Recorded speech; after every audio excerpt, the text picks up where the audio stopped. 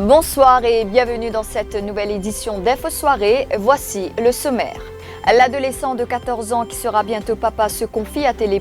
Il reconnaît avoir fait une erreur, mais il prendra en charge son bébé, inculpé pour abus sexuels sur mineurs. Vous entendrez les proches du garçonnet. Accident mortel à Vallée des Prêtres ce matin, une septuagénaire percutée par un motocycliste âgé de 16 ans. Ce dernier est admis aux soins intensifs. Dans le reste de l'actualité, Palraj Sirvansingh et Viranan Ramchun ont prêté serment ce jeudi. Ils siégeront à l'Independent Police Complaints Commission. Le gouvernement ne cédera pas, malgré la menace des managers des collèges privés d'aller en cours, le critère des 5 crédits maintenu. Et puis, Café Kilty à Maurice donne rendez-vous aux passionnés de musique ce samedi pour sa 4e édition. Mais d'abord, ce communiqué du ministère de l'Agro-Industrie, un serpent, soit un golden tree, a été aperçu dans la région de Quatre-Bornes, plus précisément à Padou Road Bassin. Des officiers du National Parks and Conservation Service, de même que ceux de la Mauritius Wildlife Foundation, ont été dépêchés sur place, à savoir que ce serpent serait légèrement venimeux, selon le communiqué émis cet après-midi. Le public est avisé de ne pas s'en approcher ou de tenter de l'attraper. Il n'a que 14 ans et sera bientôt père. Ce jeune de 14 ans affirme qu'il a commis une erreur mais compte s'occuper du nouveau-né et de la mère qui n'a que 17 ans. Quel âge tu as? Moi, 14. Qui n'arrive toi? Quel problème tu as gagné avec la police? Quel problème tu as gagné avec la police? Mon fait ni rire, moi. Mon fait ni rire. Moi, j'aime mon processeur, moi. Quand tu apprends cette nouvelle-là, es-tu content qu'il est enceinte? Oui. Quand on dit à toi ça? Après des jours. Pardon? Après des jours, moi. Ouais, quand tu chantes la case, après une semaine qui t'es synasté. Après, j'ai dit moi, j'ai enceinte. T'es joli. Pourquoi j'ai non, moi, j'ai dit.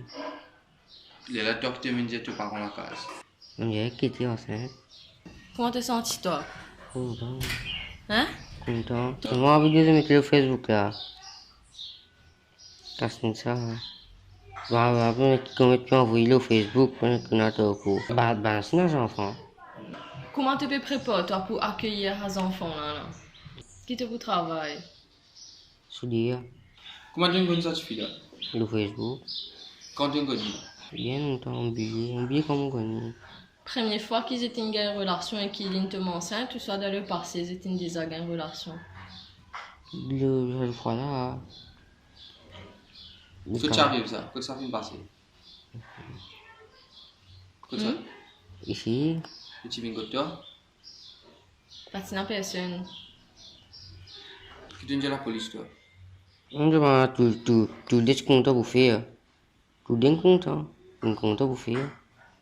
Elle a été choquée d'apprendre que son fils de 14 ans allait devenir papa. Cette femme de 37 ans nous a accueillis à son domicile ce jeudi pour parler du cas de son fils. Vous le savez, l'adolescent a eu des relations sexuelles avec sa petite amie âgée, elle, de 17 ans. Celle-ci est tombée enceinte et le jeune de 14 ans a été traduit devant la justice pour abus sexuels sur mineurs. La maman aujourd'hui affirme qu'elle croyait que son fils lui faisait une plaisanterie lorsqu'il lui a appris la nouvelle.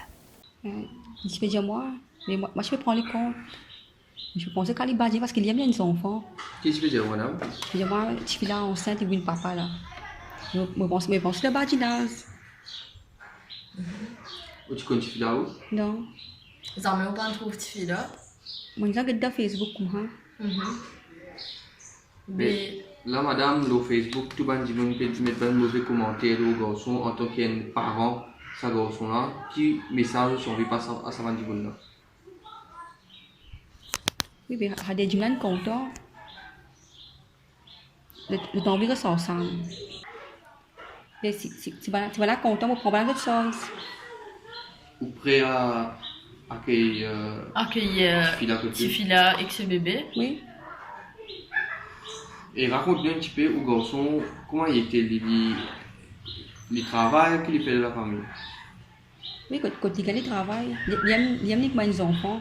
Il n'y a pas de connaître, il veut une papa là. Mais c'est moi quand il travaille, qu'il fait ce l'argent. Il demande un petit casse pour servir.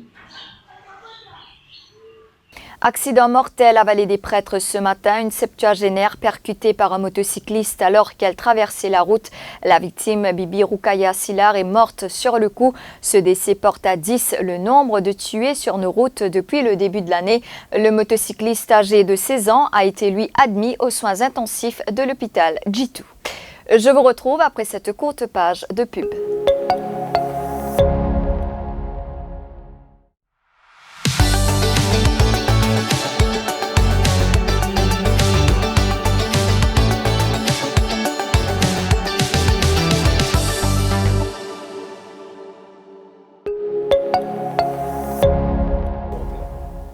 Palraj Sirvansingh et Viranan Ramchand siégeront à l'Independent Police Complaints Commission pour une période de 4 ans. Ils ont prêté serment aujourd'hui à la State House. Ces deux nominations ont été officialisées par le Premier ministre après consultation avec le leader de l'opposition. Palraj Sirvansingh assumera ses fonctions à plein temps à l'Independent Police Complaints Commission alors que Viranan Ramchand y sera à temps partiel. Pour rappel, Palraj Sirvansingh avait démissionné de ses fonctions de la commission fin 2019 afin d'aider l'Alliance mauricienne pendant la campagne électorale. La Banque centrale renvoie sa réunion du Monetary Policy Committee à une date ultérieure. La première rencontre 2020 du MPC était prévue pour ce mercredi 26 février. Par ailleurs, Havesh Sigoulam a été nommé gouverneur de la Banque de Maurice. Il prendra ses fonctions le 1er mars. Tout comme Emlata Sadna Siuraj Gopal, elle a été nommée Second Deputy Governor. Mandayakon Yerukonondu sera lui le First Deputy Governor. Il prendra ses fonctions le 24 février. Le nouveau gouverneur de la Banque centrale était jusqu'ici le CEO de la Financial Services Commission, un poste qu'il a assumé depuis 2017. Le gouvernement persiste ainsi. Le critère des 5 crédits obligatoires pour accéder en l'OS6. Il n'y a aucune raison de s'inquiéter, rassure la ministre de l'Éducation. Lila Devidukon-Lutchman répondait aux questions de la presse sur la décision de certains recteurs des collèges privés payants de loger une action en cours. La ministre de l'Éducation participait au lancement du réseau d'études françaises à Maurice sur le campus de Pierrefonds. Vous savez, premièrement, quand le gouvernement vient avec une politique, il bien réfléchi, il vient avec une politique. Nous poilons de l'avant avec la décision prise et il n'y aura pas de changement. Même malgré toute l'inquiétude, il n'y a pas de raison de s'inquiéter. Nous avons dit que les élèves doivent avoir 5 crédits pour être promus en l'OS6. S'ils n'ont pas 5 crédits, ils pourront refaire la forme 5 et avoir leurs 5 crédits avant de monter en l'OA. Autrement, il y a plein de nouvelles filières que nous offrons aux jeunes. Il y a les polytechniques, la MITD, les institutions qui sont attachées au ministère, qui vont bientôt être sous le ITE, Institute of Technical Education. Alors, il y a plein de choses que nous avons déjà préparées. Ce n'est pas une décision prise à la va-vite, c'est une décision réfléchie et nous allons de l'avant avec la politique gouvernementale. Le ministre français de l'Éducation, Jean-Yves Le Drian, a lui exprimé son appréciation sur les institutions existantes à Maurice et sur l'accord à être signé entre Maurice et la France. Aujourd'hui, il y a 2000 étudiants mauriciens en France qui poursuivent leurs études, mais il y a maintenant 2000 étudiants à l'île Maurice qui auront des diplômes français. Ce qui montre un changement d'appréciation et de mise en œuvre de la qualité de l'enseignement supérieur français en faisant en sorte qu'il soit à proximité, qu'il soit ici à l'île Maurice directement disponible pour les étudiants mauriciens et pour les étudiants africains. Et ça rentre totalement en harmonie avec la volonté des autorités de l'île Maurice de faire de ce pays un hub de la connaissance. Nous y contribuons. Il y a une longue expérience universitaire française, il y a beaucoup de qualifications, il y a beaucoup de savoir-faire, mais il y a aussi une grande aspiration de l'île Maurice sur les enjeux d'éducation et de connaissance. Et ce partenariat-là est assez exemplaire. Et le réseau que nous venons d'initier sera une étape supplémentaire dans cette dynamique qui est très, très importante. Vous souhaitez découvrir un nouvel univers musical, passer un bon moment autour de passionnés de musique locale et d'ailleurs. La 4e édition de Café Kiltier est sans doute ce qu'il vous faut. Cette année, Phoenix Bev innove en faisant fusionner la musique d'artistes locaux du groupe réunionnais l'Indigo. L'entrée est ouverte à tous et gratuite. C'est à 21h que ce concert débutera au Big Willie's ce samedi. Ça fait 4 ans donc que nous avons notre concept. Il s'agit de faire fusionner 2 stars du showbiz, très connus, pour en faire un univers café-culture. Cette année, la nouveauté, c'est de faire fusionner l'île Maurice et la Réunion. Nous avons Black Ayo et l'Indigo.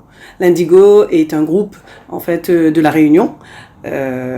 Donc ça va donner quelque chose de très, très probant. En général, en fait, une saison, c'est 5 à 6 concerts à l'année. Il s'agit de groupes, de fusion de groupes ou alors de fusion d'artistes. L'idée étant de vraiment mélanger non seulement les voix, mais également les instruments et le style de musique également. Donc c'est à 21h30 pour la première partie, Racine Carrée à Big Willys, samedi 22. Et derrière, on enchaînera sur la fusion du duo. Mais le concept, c'est vraiment généreusement de permettre aux Mauriciens de découvrir la culture. Le but est que ça soit intimiste, mais gratuit. Et avant de clore ce journal, je vous rappelle ce grand reportage de Jean-Luc Émile sur Défimedia.info ce soir. Chagos, une déconnexion avec leur histoire. Deux jeunes qui étaient du dernier voyage nous emmènent à la découverte du pays de leurs grands-parents, les îles qu'ils ont tant entendu parler. Diego, Perros, Salomon, découverte de ces paysages à couper le souffle. Vous voyez à l'écran un extrait de ce reportage.